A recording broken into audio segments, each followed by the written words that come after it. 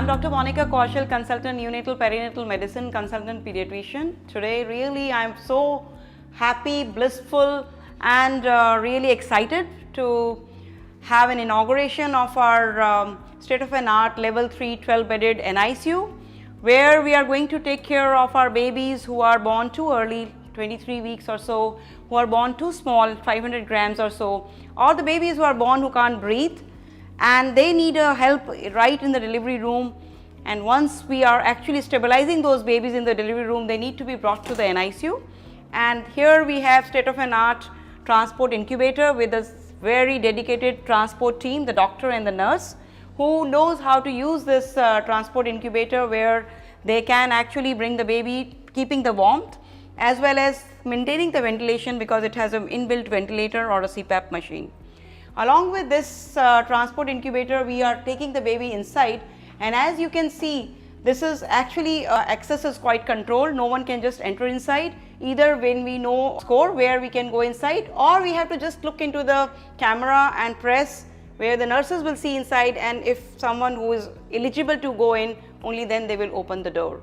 So here we have put our face. So here we enter the NICU, and what we see here is our dedicated NICU team, where the nurses, who are the backbone of the NICU, are busy in their work, and without these nurses we cannot actually do anything, and they are dedicated tirelessly. They are doing work to take care of the babies, to give life to these babies. They are like mom to these kind of babies where the mothers are not available at that point of time.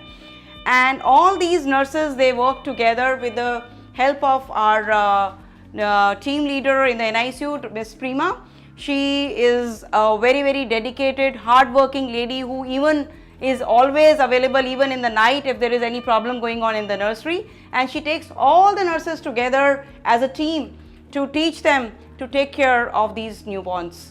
And before we enter this NICU, we have to wash our hands well, because we are very strict on the hand washing and infection control. We have infection control policies in place. We have infection control Dr. Yamuna, and we have infection control nurse in place who takes care of this infection control.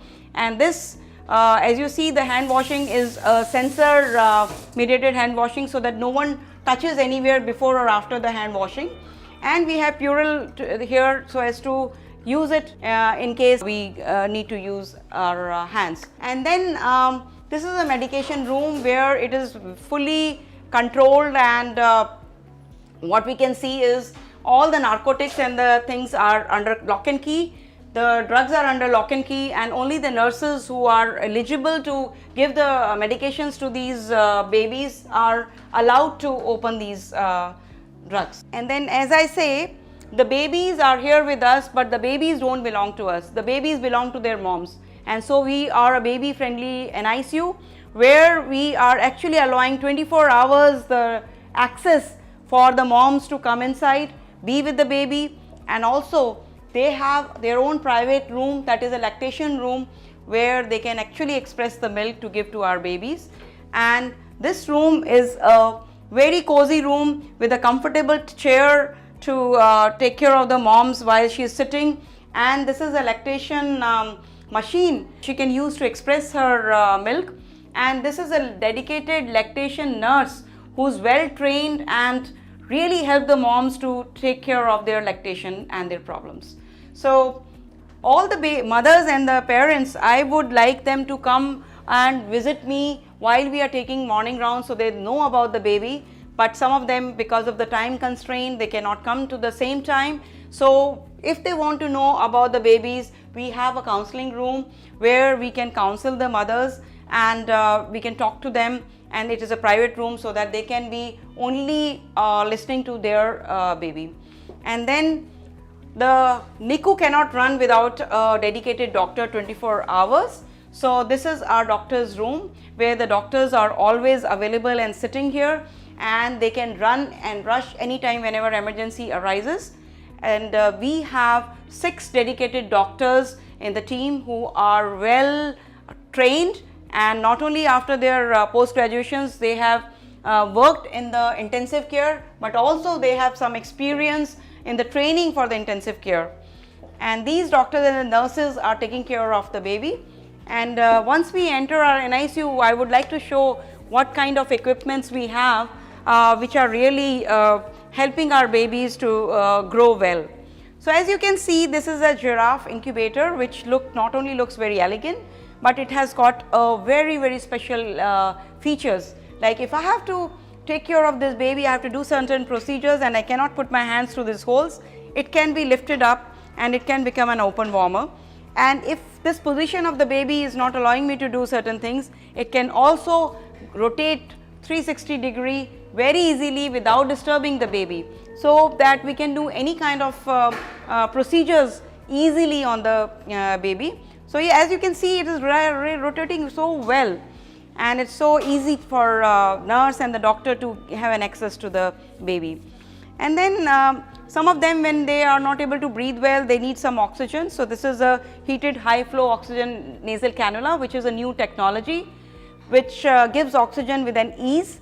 And you can see the baby is loving it, the nurse loves it, and the parents love it as well. But all the babies, you know, cannot be monitored and cannot be okay just by the high flow nasal cannula.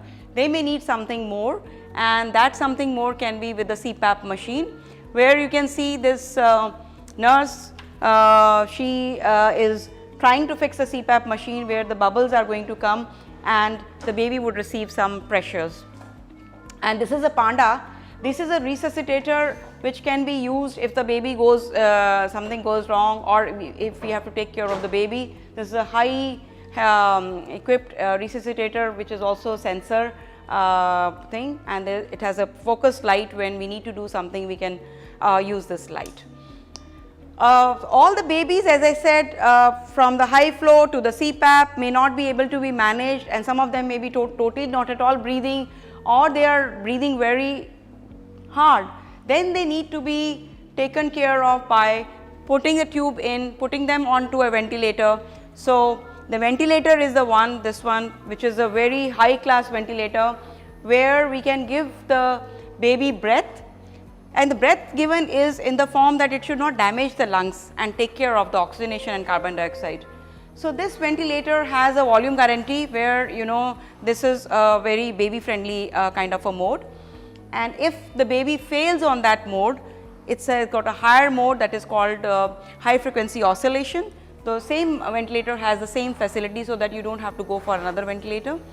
And whenever such babies are on high frequency mode, they require lots of drugs. So these are the drug delivery system, and they may require nitric oxide. So we have that nitric oxide machine which will give the babies nitric oxide, so that their oxygenation is maintained well. Then some of these babies, when they are born, they don't breathe at all. Their brain suffers from less oxygen and less kind of a blood supply. Now these kind of baby, they require ventilator, but more than that, they want something to protect their brain. So we have a new machines available which cool the whole body, and by cooling the whole body, the brain gets protected. And this is a Ticotherm machine which actually helps the baby to get cooled, and it is the latest model. And also along with that, we have something to take care of the brain activity, so as to know what's happening to the brain of these babies. Then all these babies, whenever they are here, they may get infections anytime, they may get sick anytime. These kind of babies are a source of infection to the rest of the babies, and sometimes we need to bring babies from outside who may be source of infection to these babies. So we need to isolate these babies, and we actually have an isolation room.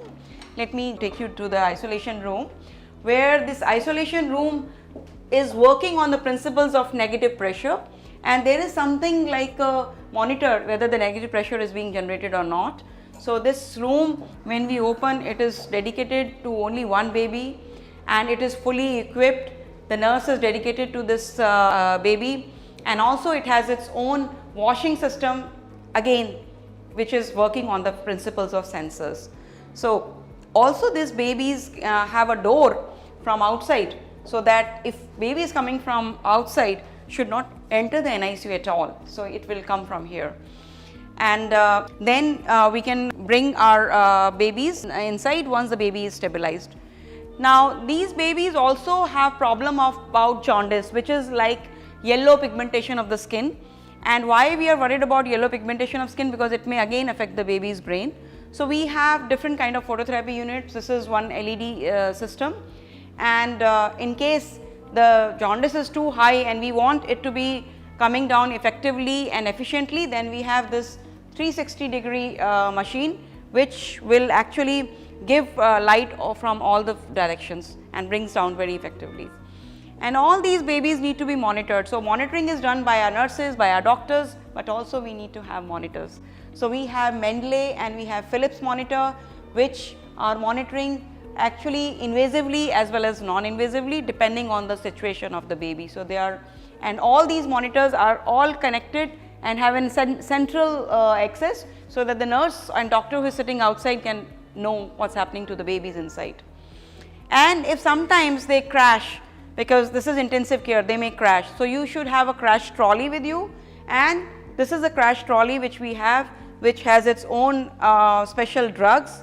It has its oxygen and saturation, and it has got a defibrillator which can be used whenever the baby crashes. So the nurses are very well trained for all these using all these equipments. And this is about when we have babies who are medically having problems. Some of the babies may have surgical problems as well. So what to do with these babies? So we have a very renowned pediatric surgeon in our team, Dr. Sadiq, who works along with us, and we have been able to take care of certain very complicated surgical cases here.